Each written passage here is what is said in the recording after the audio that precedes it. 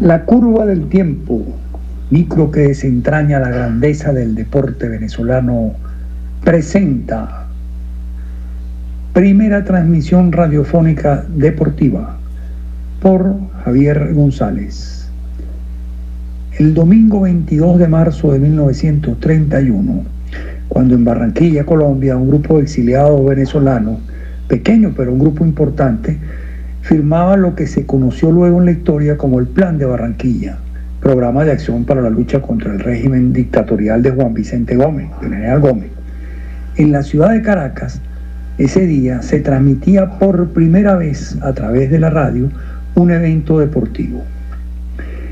El narrador fue el venezolano Esteban Ballesté, hijo, que desde una improvisada caseta ubicada en las gradas del Nuevo Circo llevó a través de la emisora recién fundada llamada Broadcasting Caracas, YB1BC, que luego se convirtió en Radio Caracas Radio, llevaba las incidencias de la pelea por el título welter nacional entre el puertorriqueño Pedro Malavé, conocido en los medios deportivos como Pete Martin, y el norteamericano Tommy White, el gato salvaje de Arizona, un hombre fuerte, muy acostumbrado a las peleas muy rudas.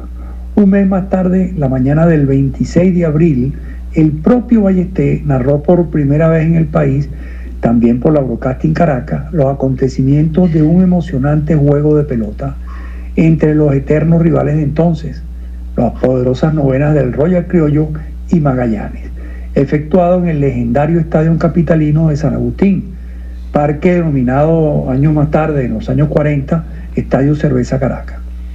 Ballesté fue igualmente el primero que, junto con Miguel Alcides Toro, narró desde el exterior un combate de boxeo para Venezuela.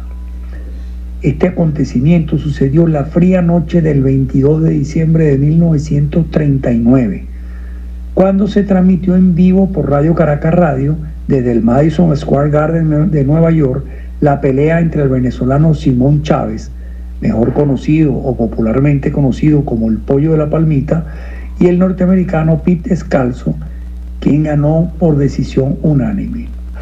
Esta fue la primera vez también en la que un venezolano peleó en el histórico coso neoyorquino, y la primera transmisión radial en vivo que se llevó a cabo desde el exterior para Venezuela de un evento deportivo. Ballesté nació en Caracas en 1907 y falleció en Nueva York tras caerse de un caballo en 1946. Su padre, de igual nombre, para que la gente no se confunda, fue un notable comerciante cubano, fundador del Automóvil Touring Club de Venezuela en 1913. Hasta aquí el micro de hoy. Nos vemos pronto en un próximo capítulo de La Curva del Tiempo, micro que desentraña la grandeza del deporte venezolano. La Curva del Tiempo, micro que desentraña la grandeza del deporte venezolano, presenta Orígenes del término vino tinto en el deporte por Javier González. El 8 de diciembre de 1951, Venezuela y Perú empataron a 2 goles en el marco de los terceros Juegos Deportivos Bolivarianos disputados en Caracas en el recién inaugurado Estadio Olímpico de la UCB, abarrotado de aficionados. Al día siguiente, en la reseña del partido publicada en el diario caraqueño La Esfera, el periodista Pedro José Morgado acuñó por primera vez en la historia el mote de vino tinto a la selección venezolana de fútbol. En esa ocasión, la oncena criolla lució un pantalón color vino tinto y una franela blanca. Morgado, además de ser un brillante periodista deportivo, se convirtió luego en un destacado médico. Un hijo suyo con el mismo nombre también es un reconocido galeno. Pasó mucho tiempo desde aquel año 1951 para volver a referirse a nuestra selección con la palabra vino tinto. En los años 80, el periodista Cristóbal Guerra la utilizará a menudo para identificar al combinado venezolano de fútbol. A partir de entonces, poco a poco se fue haciendo común denominar a la selección de fútbol con el término vino tinto, vocablo que desde hace unos 25 años se utiliza también para designar a la selección nacional de cualquier otro deporte. No obstante, le correspondió el honor al periodista Morgado de haber sido el primero en utilizar la palabra vino tinto para identificar a nuestra selección nacional de balompié. De ese memorable hecho se están cumpliendo hoy, 8 de diciembre de 2024, 73 años. Hasta aquí el micro de hoy. Nos vemos pronto en un próximo capítulo de La Curva del Tiempo, micro que desentraña la grandeza del deporte venezolano. La Curva del Tiempo, micro que desentraña la grandeza del deporte venezolano, presenta: pega Betulio, se cayó Betulio, por Javier González. El 29 de septiembre de 1972, el tailandés Benice Borkosor, de 22 años, le arrebató la corona mundial del peso mosca al venezolano Betulio González, al vencerlo por nocaut técnico en el 10º round. Esta pelea dio pie para el nacimiento de una polémica frase que para algunos es un mito, y no es ningún mito. Pega Betulio, se cayó Betulio, fue una expresión del periodista y narrador Miguel Todé.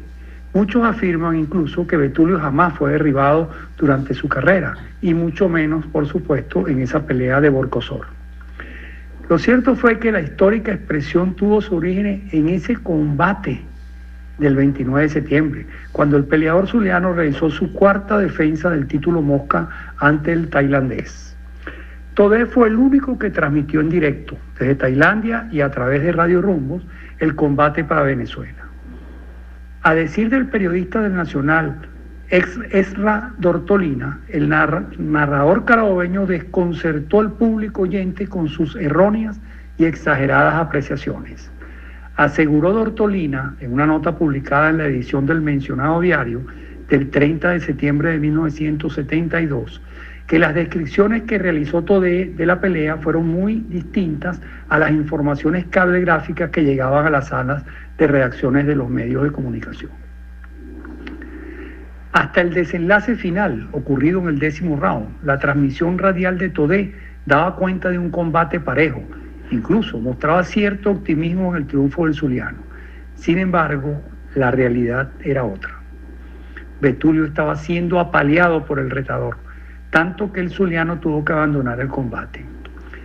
Desde el mismo primer round, Borkosor comenzó a golpear a mansalva al campeón venezolano. No obstante, en un momento de ese asalto inicial, Betulio reaccionó y golpeó tímidamente 2 veces seguidas a su oponente. Fue allí donde nació la célebre expresión.